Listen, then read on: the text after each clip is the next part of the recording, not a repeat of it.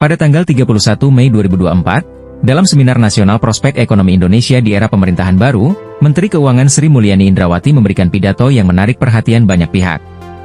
Meskipun beliau seorang Muslim, Sri Mulyani mengutip ayat Alkitab yang diberikan sahabatnya, Pak Prastowo, untuk menjelaskan konsep perpajakan dalam anggaran pendapatan dan belanja negara atau APBN.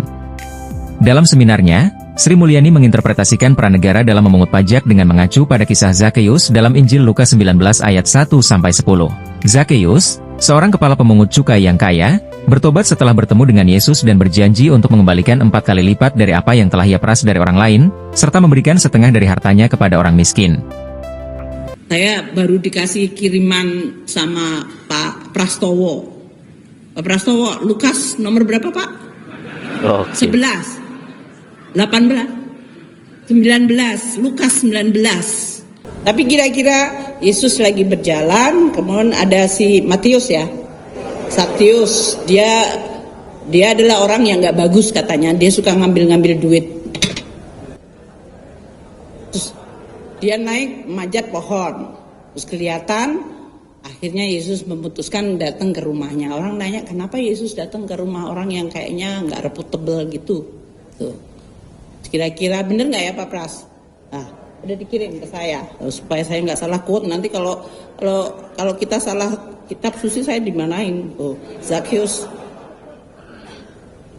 Supaya kelihatan bahwa saya knowledgeable katanya. Saya mau menyampaikan bahwa ngurusin negara itu kita nggak kering. Kita juga banyak diskusi yang filosofikal juga. Ini kalau salah berarti kotasinya dari Pak Pras ya. Jadi Lukas 19, but Zacchaeus stood up and said to the Lord, "Look, Lord, here and now I give half of my possession to the poor." Ya, supaya kelihatan saya baik kan, menyuci, itu nyebokin kalau bahasa. "And if I have cheated anybody out of anything, I will pay back 4 times the amount." Saya bilang sama Pak Prastowo, interpretasi saya sebagai Menteri Keuangan adalah kalau kita ngambil, tapi katanya Bu ini kan Zakeus itu orang jahat, negara kan nggak jahat, ya moga-moga. Kita ngambil pajak seperti Zakeus, then I have to pay back half of my possession to the poor. Jadi kalau APBN ngambil dari pajak, separuh harus untuk orang-orang yang tidak mampu dan miskin. Nanti kita lihat profil APBN kita ya. And then disebutkan di bagian keduanya, dan buat mereka yang saya ambil, mereka akan dapat 4 kali lipat benefit. Anda yang bayar pajak, Anda dapat benefitnya. Kira-kira translasinya dalam pengelolaan APBN seperti ini. Pendapatan diambil dari masyarakat. Mestinya yang mampu kan? Karena kita ada PTKP, pendapatan tidak kena pajak. Jadi yang nggak mampu ya nggak bayar pajak. Karena saya sering mendapatkan keluhan, saya udah nggak punya income, saya harus bayar pajak. Saya bilang, yang mana bayar pajaknya? Kalau nggak punya income, Anda nggak bayar pajak. Bahkan Anda menikmati hasil dari pajak. LPG 3 kilo, kalau di rumah-rumah para romo ada LPG yang 3 kilo, itu Anda menikmati hasil dari tadi. Kalau listriknya di 900 VA atau 1200, itu menikmati subsidi banyak. Jadi jangan bilang nggak menikmati APBN ya. Dan tentu saja kita bisa mengurusin republik ini relatif aman, itu juga karena ada yang bayarin untuk aman.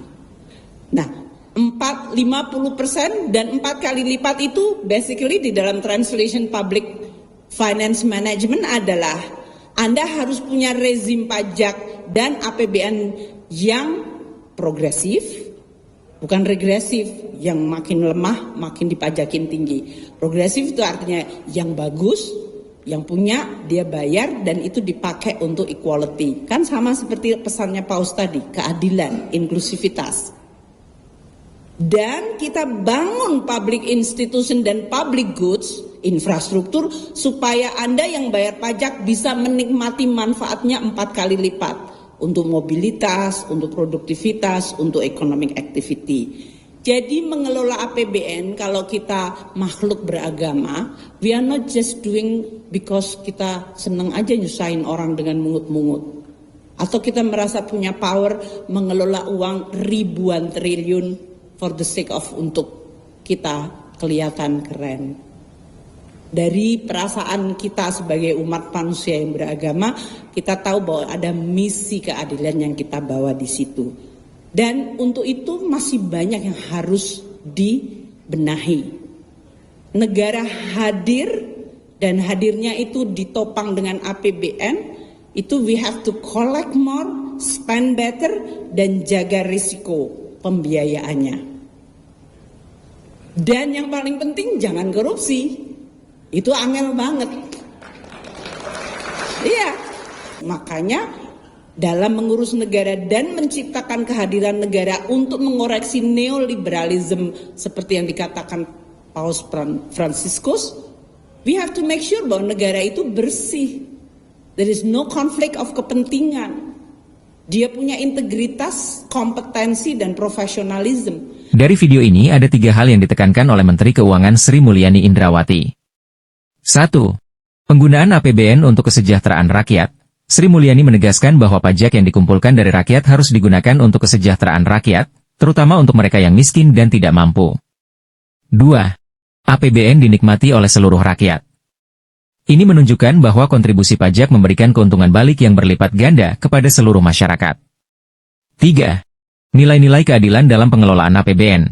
Dengan mengutip ayat Alkitab, Sri Mulyani menekankan pentingnya nilai-nilai keadilan untuk manfaat bersama.